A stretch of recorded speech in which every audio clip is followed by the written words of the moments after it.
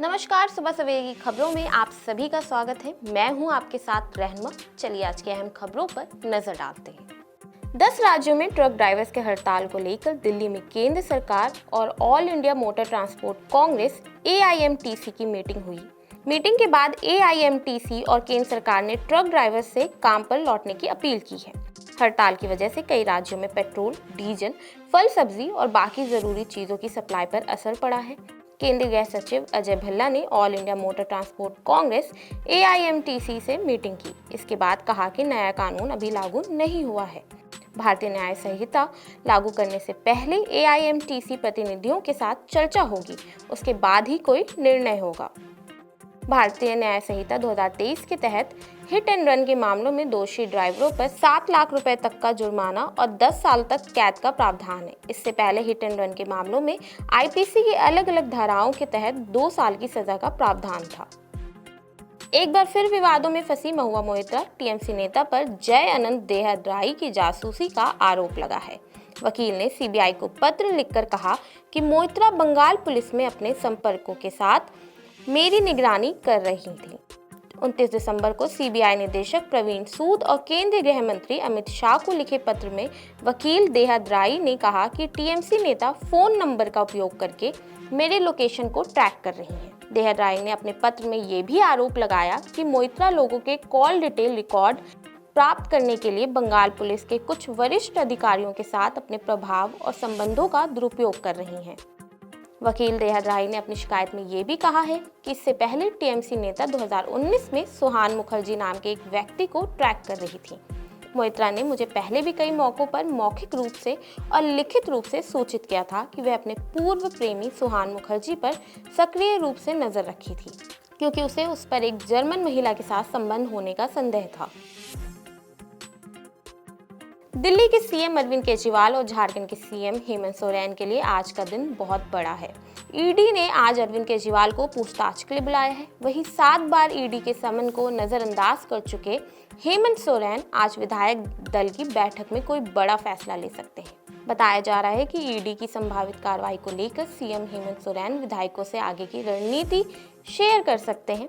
झारखंड के BJP नेताओं का दावा है कि ED के समन और संभावित कार्रवाई को देखते हुए हेमंत सोरेन इस्तीफा देकर अपनी पत्नी को CM बना सकते हैं। हालांकि सोरेन ने इस बात से इनकार किया है। सोरेन ने उनकी पत्नी के चुनाव लड़ने की अटकलें को खारिज कर दिया है।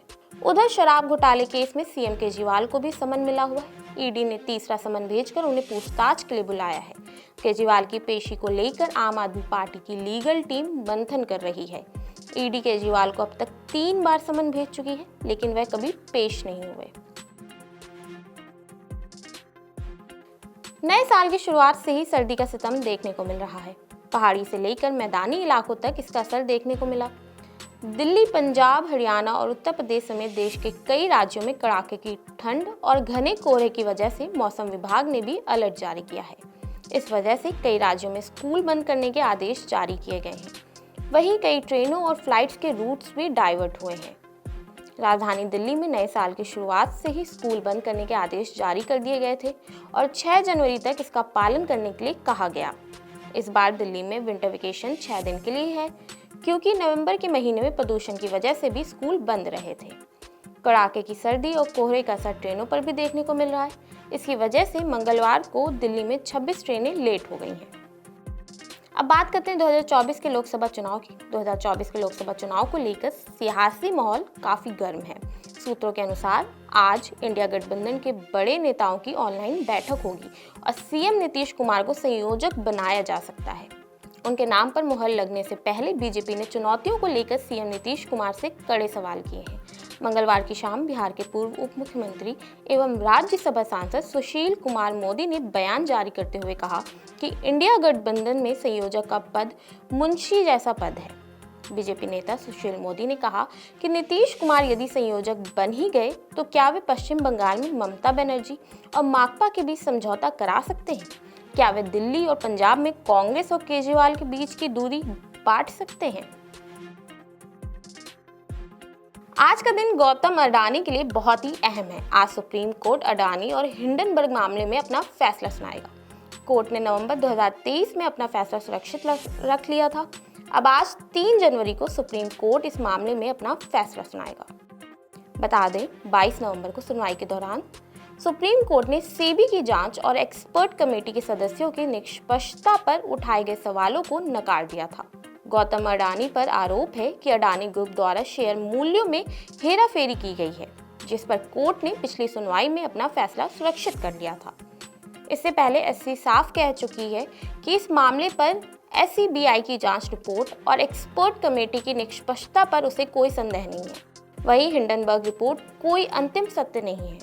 सुप्रीम कोर्ट ने अपने फैसला सुरक्षित रखते हुए ये भी कहा था कि शेयर बाजार नियामक सेबी को बदनाम करने का उसके पास कोई कारण नहीं है, जिसने अडानी समूह के खिलाफ आरोपों की जांच की थी।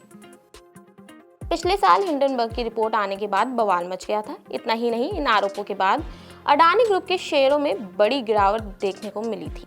फिलहाल अब इस फैसले का क्या असर होगा, ये देखने वाली बात होगी। तो ये थी आज की अहम खबरें जिन पर हमारी दिन भर नजर बनी रहेगी। ऐसी खबरों से जुड़े रहने के लिए देखते रहिए पंजाब केसरी नवोदय टाइम्स।